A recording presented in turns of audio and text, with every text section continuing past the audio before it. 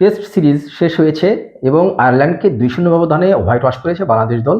এটি ছিল স্বাভাবিক, কারণ আয়ারল্যান্ডের বিপক্ষে ঘরের মাটিতে টেস্ট ক্রিকেটে বাংলাদেশ খুব সহজেই জিতবে, এটি সবাই ধরে নিয়েছিলেন। সেটি হয়েছে।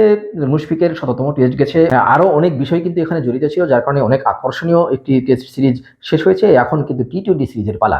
আয়ারল্যান্ড কিন্তু টেস্টে যেরকম দল, টি-20তে কিন্তু ঠিক উল্টো। তারা কিন্তু টি-20 ফরম্যাটে অনেক ভালো একটি দল এবং ইতিমধ্যে বাংলাদেশ দলকে কিন্তু তারা 2বার হারিয়েছে। এবং সর্বশেষ যদি আমরা বলি 2023 সালে কিন্তু এই চট্টগ্রামেই 3 ম্যাচের টি-20 সিরিজ খেলতে এসেছিল তারা, এবং 3 ম্যাচের টি-20 সিরিজের লাস্ট ম্যাচে তারা কিন্তু 7 উইকেটে বাংলাদেশ দলকে রীতিমতো উড়িয়ে দিয়েছিল। অর্থাৎ সর্বশেষ যে মোকাবেলা দুই দলের হয়েছে সেখানে কিন্তু বাংলাদেশ আয়ারল্যান্ডের কাছে হেরেছে 7 উইকেটের বড় ব্যবধানে।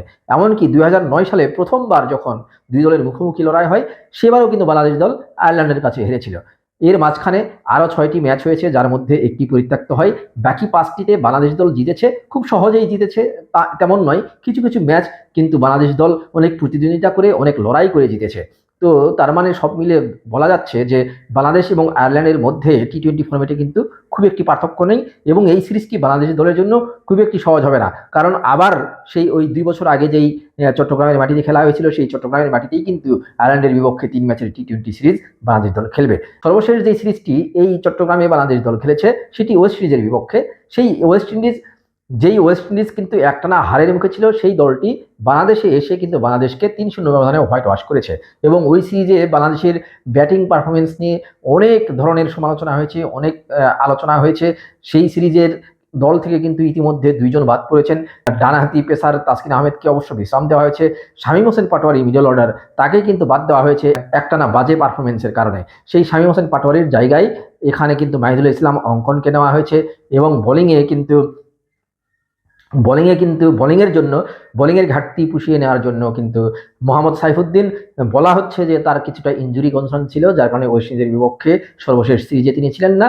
তাকে কিন্তু তাসকিনের জায়গায় ফেরানো হয়েছে, অর্থাৎ মোহাম্মদ সাইফুদ্দিন কিন্তু এই সিরিজে আছেন। এছাড়া কিন্তু যে স্কোয়াড ছিল ওয়েস্ট ইন্ডিজের বিপক্ষে খেলেছে, সেই স্কোয়াডটিই রয়েছে আয়ারল্যান্ডের বিপক্ষে, সেই স্কোয়াডটি খেলবে। এবং চট্টগ্রামের এই উইকেটে কীরকম খেলে বাংলাদেশ দল, সেটি আয়ারল্যান্ডের বিপক্ষের যে সিরিজটি 2023 সালে, অর্থাৎ 2 বছর আগে, সেটিরই যেন সিরিজ হতে যাচ্ছে। আর সর্বশেষ ওয়েস্ট ইন্ডিজের বিপক্ষে এই তো 1 মাস আগেই বাংলাদেশ দল এখানে খেলেছে। তার মানে খুব একটি সহজ কিন্তু বাংলাদেশ দলের জন্য হবে না আয়ারল্যান্ডের বিপক্ষে এই 3 ম্যাচের টি-20 সিরিজটি। আজ সন্ধ্যা 6টায় কিন্তু ম্যাচটি শুরু হবে। প্রথম ম্যাচ বাংলাদেশ ও আয়ারল্যান্ডের প্রথম টি-20, এবং তারপরে কিন্তু আমরা জানি যে 29 নভেম্বর দ্বিতীয় টি-20 এবং 2 ডিসেম্বর তৃতীয় ও শেষ টি-20 ম্যাচ খেলবে দুই দল। তো এখন দেখার বিষয় যে বাংলাদেশ দল এই সিরিজে, বাংলাদেশের বিশেষ করে ব্যাটিং লাইন আপ যেভাবে সমালোচিত কিংবা আলোচিত রয়েছে, সেই ব্যাটাররা নিজেদেরকে আবার ফিরে পান কিনা। কারণ বাংলাদেশ দলের ব্যাটিংয়ের সবচেয়ে বড় সমস্যা তাদের কনসিস্টেন্সির সমস্যা। কারণ বেশ কয়েকটি সিরিজ কিন্তু ওয়েস্ট ইন্ডিজের বিপক্ষে খেলার আগে বাংলাদেশের এই ব্যাটাররা কিন্তু দুর্দান্ত খেলেছেন। তারপরে বাংলাদেশ দলও কিন্তু ভালো পারফর্ম করেছে লিটন কুমার দাসের নেতৃত্বে, এবং লিটন কুমার দাসের নেতৃত্বে আবারও খেলবে। দেখা যাক সেই দলটি এই যে ধারাবাহিকতার সমস্যায় ভুগছে, সেই দলটি আবারও নিজেদেরকে ফিরে পায় কিনা আয়ারল্যান্ডের বিপক্ষে। এটি একটি মোক্ষম সুযোগ, কারণ ইতিমধ্যে আপনারা জানেন যে বিশ্বকাপের ফিকচার হয়ে গেছে। বিশ্বকাপে কিন্তু বাংলাদেশ দল সি গ্রুপে খেলবে ইংল্যান্ড, ওয়েস্ট ইন্ডিজ, ইতালি এবং নেপালের বিপক্ষে বাংলাদেশের খেলাগুলো রয়েছে।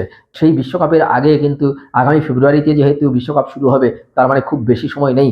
এই সময়ের আগে যত বেশি ম্যাচ জেতা যায়, নিজেদের ম্যাচ খেলার অভ্যাসটা বাড়ানো যায় এবং বিভিন্ন ম্যাচ সিচুয়েশনে অভিজ্ঞতা অর্জন করা যায়, সেটি তত কিন্তু ভালো হবে বাংলাদেশ দলের জন্য। আর আয়ারল্যান্ডের মতো দলগুলোর বিপক্ষে যদি বাংলাদেশ দল এখানে জিততে পারে, সেই আত্মবিশ্বাসটা কিন্তু পরবর্তীতে ওই যে নেপাল এবং ইতালির মতো দলগুলো যারা রয়েছে, বলা যেতে পারে এরা জায়ান্ট কিলার দল হিসেবে কিন্তু পরিণত হয়েছে বর্তমানে টি-20 ফরম্যাটে। এবং বড় দলগুলোর জন্য কিন্তু বড় ধরনের হুমকি স্বরূপ হয়ে উঠেছে এই দলগুলো।